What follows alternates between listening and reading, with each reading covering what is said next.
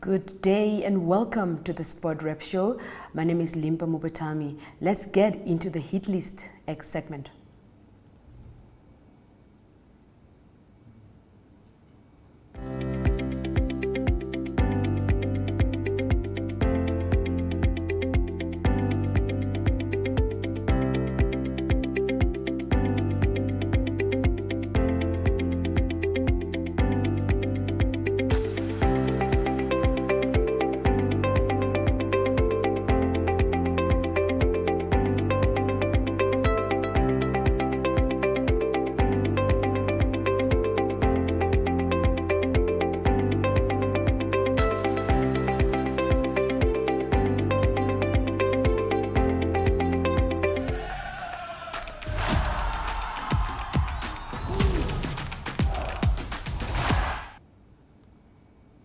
Namibia is currently playing Island Wolves in the last match of the 50-over series in Windhoek. Namibia is leading the series 2-1. Well, the result of that match will be available on the Sport Rep, Namibian Sun and Republican Facebook pages as soon as the match is done. So keep your eyes glued to our platforms. Now, the 2022 edition of the Under-20 Baths Trophy will be held in Nairobi, Kenya. Now, of course, that is rugby with the Namibian side set to compete in Nairobi facing Ivory Coast in their first match. Now, the captain of the Under-20 national team, Rowan Jansen, and coach Chrisander Botha speak on how the team is preparing for the Baths Trophy that is set to take place in Kenya, as I've said. So have a listen to this interview with the two. Hi guys, Chrisander Botha here, Under-20 national team rugby coach, and to my right hand side we've got our captain, Rowan Jansen. Okay, you guys played 2 warm-up games. Yeah, so basically as part of our prep we had 2 warm-up games, one against Western Suburbs which we lost by 2 points, and then one against UNAM the previous weekend which we won by 5 points, 31-26. So yeah, just alluding to those 2 games and touching on it, basically the extended group, if we may call it that, is a team that participated against the Western Suburbs, and there was a lot of a substitution going on, a lot of changing and so forth. So just to get everyone a go, because we still haven't finalized basically the traveling 25 at that time. So yeah, it was about just getting out there, just getting some game time, which is vital. And then obviously the game against UNAM, we had a much more structured approach. We selected the starting 15 very early and trained together that week, that week. So you could see the difference it makes, and obviously preparing for a game and then obviously just preparing for basically like a training game. But yeah, in both games we learned a lot, and I think from our side perfection is key, and you can never be perfect. So I think if we could have played more games, it would have been it would have suited us and would have helped us in our preparation. But yeah, all that aside, I think it's the best we could have done under circumstances. So I think we're ready to go and just to go and participate and do well. Okay, do you guys think with the time that you guys have had, did you guys prepare well enough to gel as a team for the tournament that's upcoming? Yeah, I think so. Like Coach said, it was a little bit difficult for him to choose the final group. But I think even the whole group from 45, it was a very good group, and I think everyone made it difficult for him to choose the final team, as this year's group was bonding and training a little bit harder than it was last year, and I think yeah, we bonded very good. Okay, since you guys are playing your first game against Ivory Coast, how have you guys prepared for the game, or how are you guys preparing for that game? No, just Ivory Coast, what they bring from senior level down through their structures and their ranks, there's a bit of physicality. They got big forwards. They try and dominate the collision and the impact, and so that's where they get momentum. So I think from our side we've got enough skill, and that's where Namibia normally beats opposition in Africa. We've got upper hand when it comes to skills. So ideally just playing in the right areas of the field, sticking to structure, and then just when we do attack, just look after the ball. I think that's more than enough for us just to do well against a team like Ivory Coast and to beat them convincingly. Well, good luck to the Namibian under-20s as they take on the Baths Cup. Now, Senator Coleman and Fenerbahce, that is of course her club in Turkey, condemned the violence meted out against them by Ahmet SF at the end of the Turkish Women's Football Super League clash on Saturday. The club won the ill-tempered affair 2-1 thanks to goals from Irene Yini and Kenny Kotner. According to a report, missiles rained down on Coleman's club players and staff soon after they went 2-1 up in the dying moments. Well, of course, this kind of behavior is not allowed when it comes to football. Moving on, a promising footballer, a local footballer that is Epafras Justinus, who played for Karpaty Ivov, a premier club in Ukraine as a defender, had to flee the country after Russia's invasion, stating that it was the most terrifying time of his life. Read about this more in today's Namibian Sun. It's also available on the SportRap website. Now, with that, here is the player speaking about his experience, so have a look at this. Tough times in my life that I came across. I've seen things that I've never seen in my entire life, things that I only see in movies, TVs, news, but war is there. War is in Ukraine, it's real. All the things that you are seeing, it's real. I've seen buildings falling down, people dying, and yeah, I've seen a lot of things. And I was getting used to the country and the people, the culture and everything, but things didn't work out. And I enjoyed football there. It's really good. Comparing to our country, football is taken serious. And yeah, we have to wait for June. I got 3 offers now, but I have to pick the best one. Maybe by June, July, I have to go back for pre-season. Just that I cannot say the country now. But yeah, it comes June, July, when pre-season comes, I'll be going back. Well, of course, we're glad to have Epafras back in the country, safe and sound, and he can then look to the future and maybe get a club somewhere more safer, in a country much more safer. Or rather, if local football starts, he can also join one of the local clubs in Namibia as well. Now, we go for a short break. Once we return, we head into the Golden Oldies segment as we take you through a short history of our Golden Oldies peak of today, which of course is former footballer Mohammed Ouseb.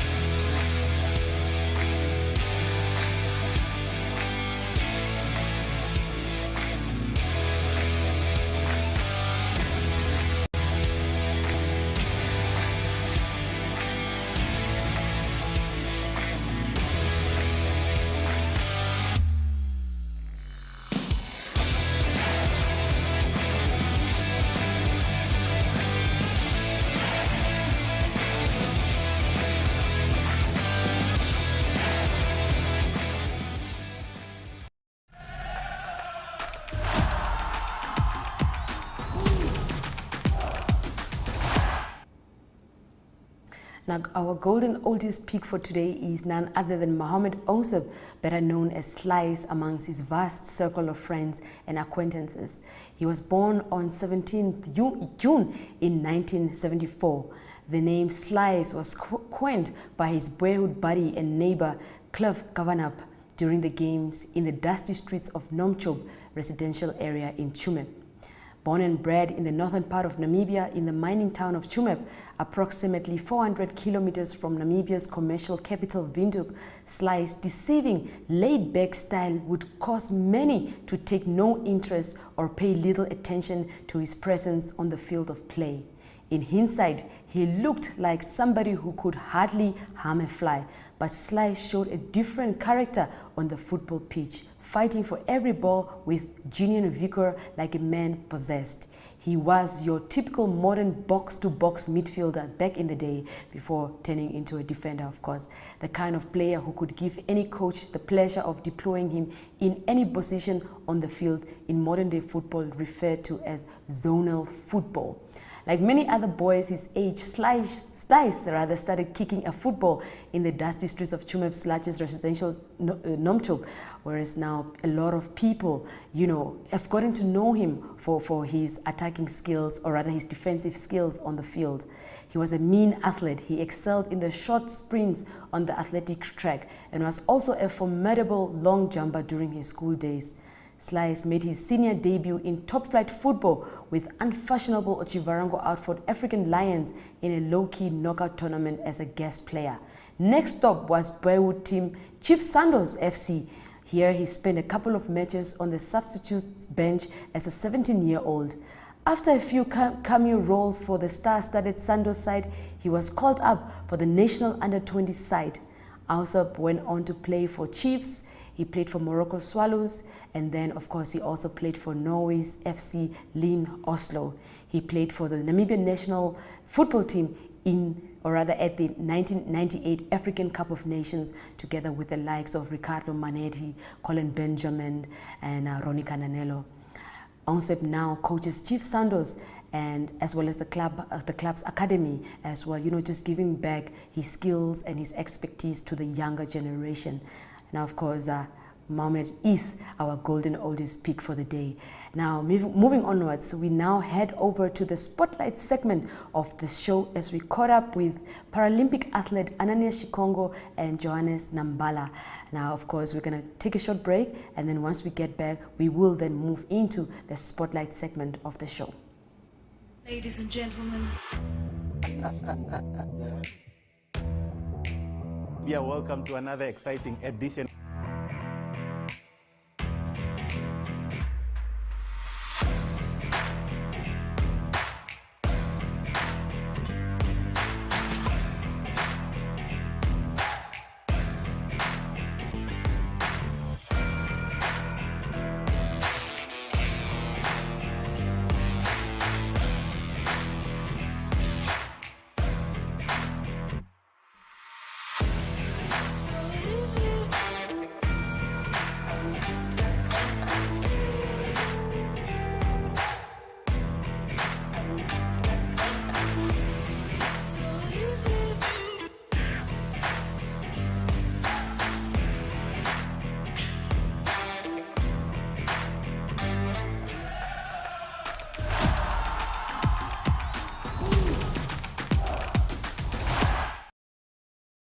I tried to call you, you're not answering. Me?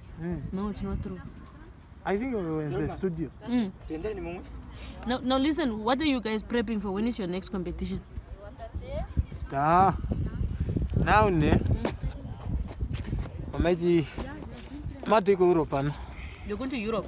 Yeah. When? I think next month. So far. And then prepare for Commonwealth. So far, how is training? So far, the training is good. Everything is well. Just needs enough competition so that. So you can prepare? Yep. How many people are now already in the Commonwealth team? Now the Commonwealth team, it's like, it's not all the categories.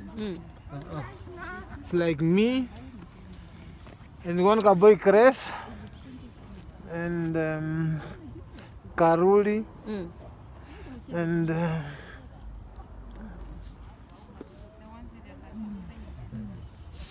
Johannes, you are not in. Why? My category is not there. So what are you preparing for? For us, maybe for the World Champ, but we don't know if it's there or not. But we were supposed to have a World Champ this year, but yeah. how are you? But so far, how is the training? It's all good. The fitness? Fitness is good. We are getting the competition, they are finished, Now the athletic Namibian competition, they are finished. Now we don't know where we are competing. Maybe we will be in Europe or somewhere where there are competitions.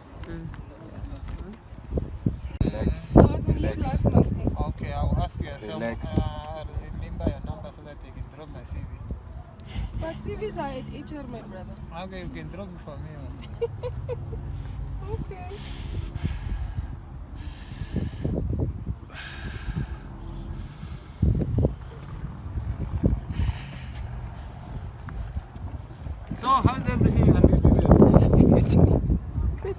Fine. Macaroni is chill now.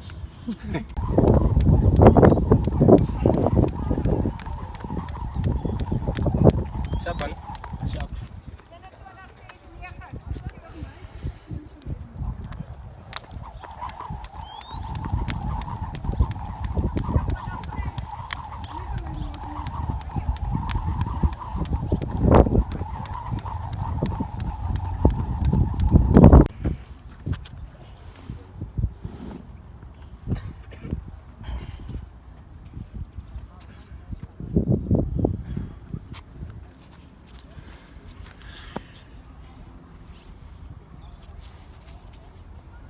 I already feel my income.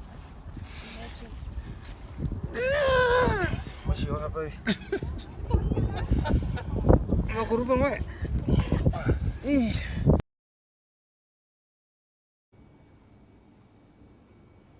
Ananias Shikongo, quite a very funny guy indeed. Well, he is gearing for the Commonwealth Games, so good luck to him as well. And the hope is that he can pick up his fitness fast. Him and Johannes Nambala both, of course, can get their fitness up, and then we can see them on the international circuit. Now, we have the last segment of the show, which is the Globetrotter, and that, of course, will be brought to you by Ari Hogad, looking at international news.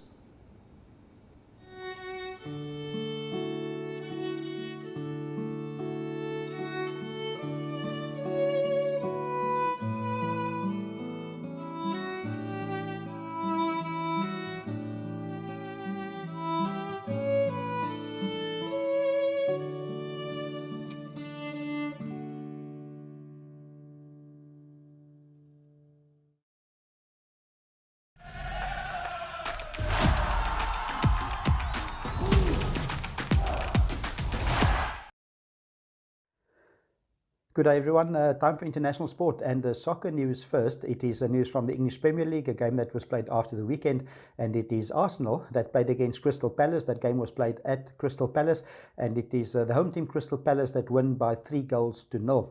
That's a great result for Crystal Palace, but also a big setback for Arsenal in their hopes to achieve the top 4 position in the Premier League. The Premier League top 4 teams, they of course go through and qualify for the Champions League to play against the top teams in Europe. At the moment, Arsenal is in 5th position after the result. They've got 54 points after 29 games. They've played a few games less than most of the teams around them. In 4th position at the moment is Tottenham Hotspur. They've got 54 points as well, but on 4th position because of a better goal difference, but they've played 1 game more on 30 games. In 6th position is the West Ham at the moment. They've got 51 points after 31 games. And then Manchester United, they still have an outside chance to get into the top 4. They've lost plenty of points the last few games, but they've got 51 points after 30 games, and they're in 7th position at the moment. Arsenal play at home next. They play at home against Brighton. That is the next game for them this coming weekend. And Tottenham Hotspur, they away to Aston Villa. Now we continue with golf news. It is the Masters, the US Masters at Augusta in Georgia that starts on Thursday.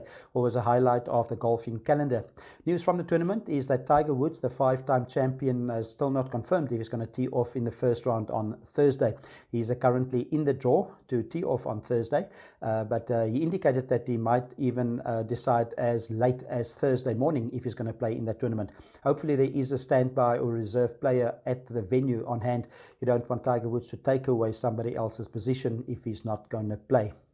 Another player that did confirm that he is going to be playing on Thursday is Bryson DeChambeau of the USA. He's currently number 19 in the world now. He dropped 5 places down from number 14 from the rankings on week to week. Bryson DeChambeau in the news because he was out injured for 6 weeks, and he came back to play in the match play tournament in Austin, Texas, and also last week played in the Texas Open that was in San Antonio, but he missed the cut. He's recovering from hip and wrist injury, but he indicated that despite advice from the medical team not to play, he said that he's definitely going to tee off on Thursday in the Masters. And now in international sport, we move on to tennis news. And news from the tennis world is that the ATP, the men's ATP Tour, they've announced that they will implement stricter penalties on-court misconduct. It's not been a good year for men's tennis this 2022, with several misconducts being happening. High-profile players, starting with Daniel Medvedev at the Australian Open. Then also it was Alexander Zverev in the Mexican Open that even went to the extreme to hit the umpire's chair with his racket and almost hitting the umpire. He got a 8-week suspended fine or penalty. And then also the biggest culprit in the year so far has been Nick Kyrgios of Australia. Been involved in several incidents. Almost seems like every time he loses his cool as well. Breaks rackets and also swears at the umpire. And one time also his racket almost hit a ball boy. But what happened to Kyrgios was that he got, for the last 2 tournaments, he got a combined fine of $60,000. But there's been a call that that must be increased, or there must be a penalty of suspension rather, because obviously these players earn millions of dollars, and the $60,000 are not going to hurt their pocket much. So that's from the ATP. They will implement stricter penalties on court misconduct. And now to conclude today's international sports news, it is Formula 1 racing news. And this coming weekend, it's the 3rd race of the season. That will be the Australian Grand Prix that's happening in Melbourne. So it is after the first 2 races, the points table at the moment is Charles Leclerc of Ferrari. He's leading on 45 points. He earned the 1st and the 2nd place so in the first 2 races. And then his teammate Carlos Sainz is in 2nd place on 33 points. 3rd position, Max Verstappen with a single win. In the 2nd race, 25 points. And lower down in 5th position at the moment, Lewis Hamilton on 16 points. Also news from the Formula 1 Grand Prix is that Sebastian Vettel, he indicated, or it was confirmed, that he will race in this Grand Prix in Australia. He missed the first 2 races in Bahrain and Saudi Arabia because of COVID-19. And he was replaced in that races by Nico Hülkenberg. He's the reserve driver. So it is Sebastian Vettel. He will be in action for Aston Martin at the Australian Grand Prix on Sunday. So that's international sports news for now. Hope you have a great day, and we talk again tomorrow. Goodbye. Thank you so much, Ari. Now we've come to the end of today's show. Catch us again tomorrow with a brand new edition of what you can basically just expect, just random things happening locally in sports as well as international. So tomorrow, catch us again, same time, same place.